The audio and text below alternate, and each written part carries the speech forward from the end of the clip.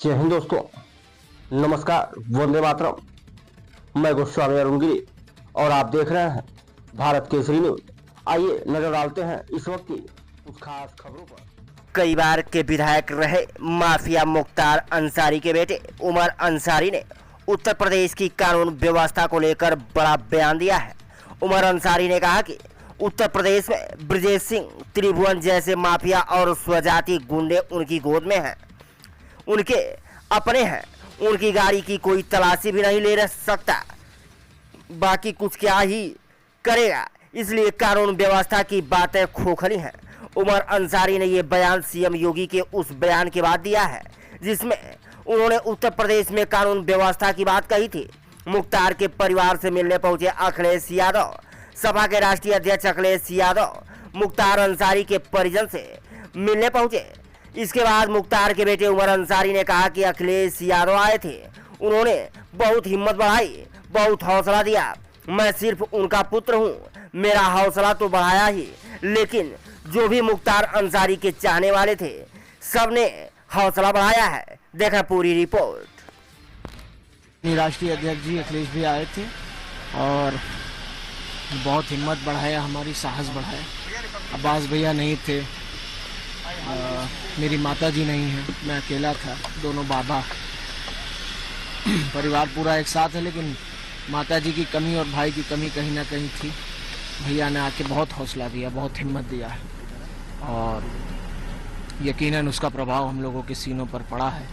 और जितने भी, क्योंकि मैं अकेला सिर्फ उनका पुत्र हूँ, ये तो मुझसे रिश्ता है, लेकिन लाखों करोड़ों लोग जो मेरे पिता जनाब मुख्तार अंसारी साहब को अपना रहनुमा समझते थे, मसीहा समझते थे, जो गरीब थे, उनका भी हौसला माननीय राष्ट्रीय अध्यक्ष जी ने बढ़ाया है और उनको भी हिम्मत और साहस देने का काम किया है।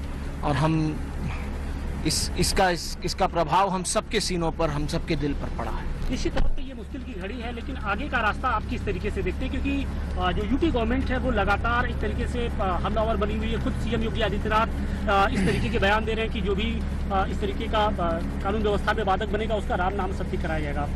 तो इनकी पूरी जो बयान है उसको किस तरीके से आप देखते हैं? देखिए, हम तो ये कहेंगे कि जो उनकी गोद में है, जो उनके अपने हैं, चाहे स्वजाति गुंडे हों, चाहे माफिया ब्रजेश सिंह हो, चाहे माफिया त्रिभुवन सिंह हो, चाहे और भी, उन पर कोई कार्रवाई नहीं होगी। उनकी गाड़ी की तलाशी भी नहीं ले सकता है कोई। कार्रवाई करना तो बहुत दूर की बात है। इसलिए ये बिल्कुल खोखली बात है और एक तरह से टारगेट करके, चाहे इंसान कुछ किया हो या ना किया हो, उसको टारगेट करके और उसको नुकसान पहुंचाना, उसको तकलीफ पहुंचाना, ये आज की राजनीति बन गई है, जो कि बहुत घातक और खतरनाक है। आप लोग के परिवार की ओर से जो शंका जाहिर की थी, हम लोगों ने भी बीएचयू के एक्सपर्ट से बात की तो उन्होंने भी आपकी ही बातों को आगे दोहराया। तो आप कह रहे थे वही बीएचयू के एक्सपर्ट भी कह रहे हैं। देखिए, हम तो ये फिर कह रहे हैं आपसे, ठीक है? तो एक मिनट रुक जाओ यार। नहीं, वो नहीं कह रहे, ये इम्पोर्टेंट भाई, इम्पोर्टेंट।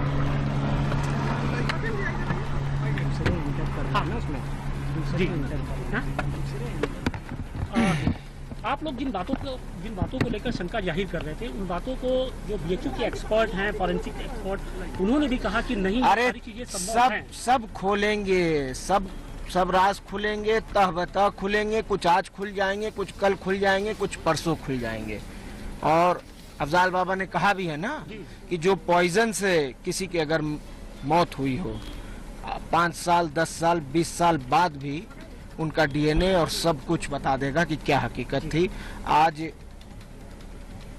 लोग छुप लें पर्दे के पीछे, लेकिन कानूनी रास्ते से हम लोग अपनी लड़ाई लड़ेंगे।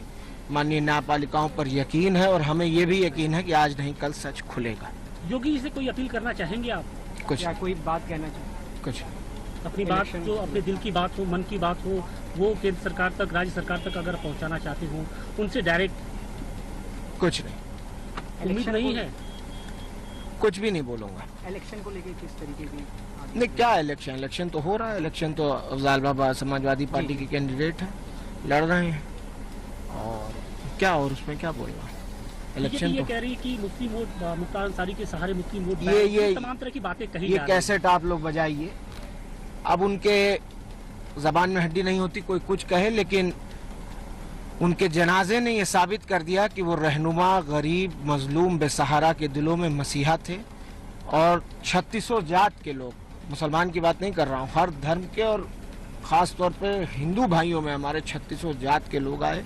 और आज भी 90% लोग, 10% हमारी कम्युनिटी के लोग हैं, 90% गरीब जनता वहाँ जा रही है। रोज आप मज़ार पे जाके देखिए ना क्या हाल हो रहा है। 2-2, 3-3 बार मिट्टी हटवाना पड़ रहा है हमको, डर से कि कहीं ज़्यादा लोड होने की वजह से पटरे पे ना नुकसान हो जाए।